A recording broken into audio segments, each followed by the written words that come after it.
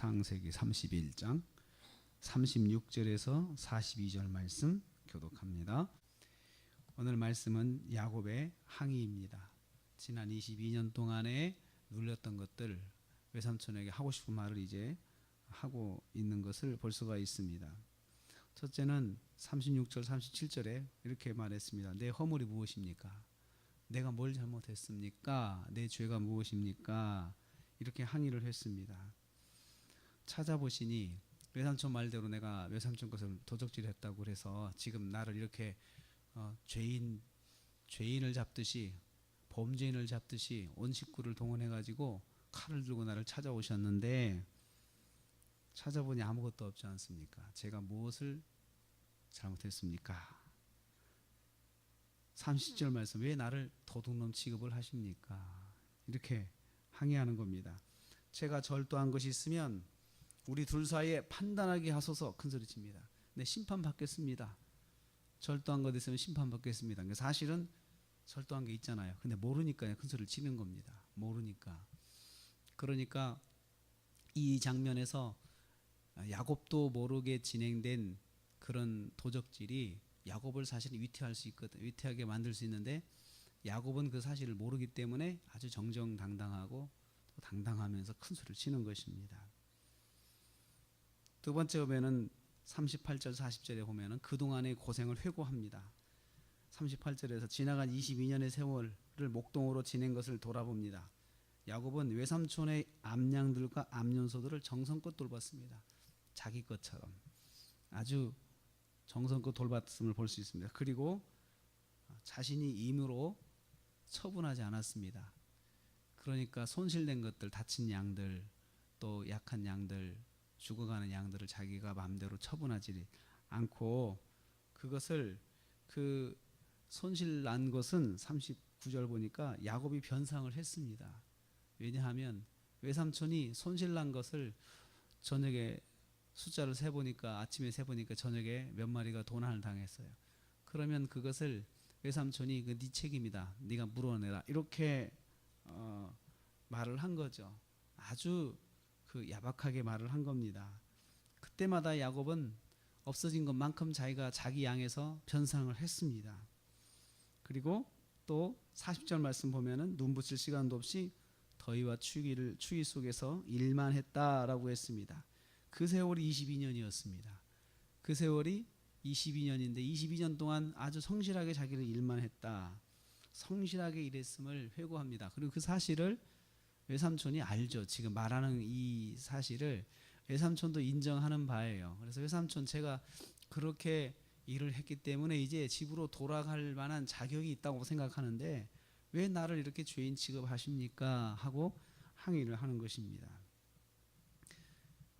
세 번째로 오면 하나님이 그동안 나와 함께 하셨음을 회고합니다. 하나님께서 41절에 22년 동안 10번이나 품삯을 변경하였다라고 했습니다. 그러면 평균 2년이 좀 지나면 품삯을 바꾸는 거예요. 먼저 말을 이렇게 하면 네 것이다 라고 해놓고는 2년이 지나서 좀 지나면 와서 조건을 바꾸는 거예요. 아, 그게 말이야, 내가 생각해 보니까 그게 아닌 것 같아, 그러면서 바꾸는 거죠.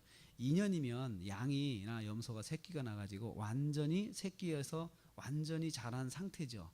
그래서 보면은 이제 좋은 것과 나쁜 것이 확실하게 구분이 됩니다. 더 이상 뭐 좋아질 것도 나빠질 것도 다 컸으니까요. 그러면 다 큰 것들을 보면 결과가 나오잖아요. 결과를 보면서 외삼촌이 갑질을 하는 것입니다. 조건을 또 바꾸는 거예요. 아, 이것은 네 것이 아니야, 이렇게 생각해 보니까 내가 생각을 잘못한 것 같다라고 하면서 조건을 바꾸는 것입니다. 좋은 것과 나쁜 것이 확실히 구별될 때쯤이면 와가지고 조건을 바꾸는 거죠. 그때마다 조건을 바꿔서 야곱에게 불이익을 줬습니다. 어떻게든 야곱에게 조금 주려고 하는 거죠. 조금 주려고. 그러니까 야곱은 착취당하는 거죠. 그런데 42절 말씀 보니까 조건이 바뀔 때마다 이상하게 그 조건대로 야곱을 풍성하게 되는 거예요. 야곱이 그걸 보면서 아버지의 하나님, 할아버지의 하나님이 그때마다 함께 하셔서 나를 이렇게 만들어 주셨다라는 사실을 그가 경험한 거예요. 조건을 아무리 바꿔도 바뀐 조건대로 풍성해지는 야곱을 이 라반이 견딜 수가 없어요. 그러니까 또 바꿔요. 또 바꿔요. 아무리 바꿔도 야곱의 재산은 자꾸 늘어나는 거예요. 하나님은 야곱의 고난과 수고를 보셨다 그렇게 선포했어요. 하나님이 내 고난과 내 수고를, 내 손의 수고를 보시고 보셨어요. 억울하게 자꾸 손실이 나는 것을 하나님께서 보시고 그 손실을 채워주셨고, 그리고 어제 저녁에는 라반을 하나님께서 크게 책망하셨죠. 그걸 삼촌은 하나님께 책망을 받은 것이에요 그 말이거든요. 왜 그걸 모르십니까? 하나님이 그동안에 22년 동안 나에게 행한 삼촌의 악행을 하나님이 그렇게 책망하신 겁니다 라고 그렇게 말을 했습니다. 하나님은 바뀐 조건대로 야곱을 풍성하게 이끌어 주셨습니다. 자꾸 불리한 조건으로 다시 말하고 10번이나 그럴 때 야곱의 속은 터질 대로 터졌을 것입니다.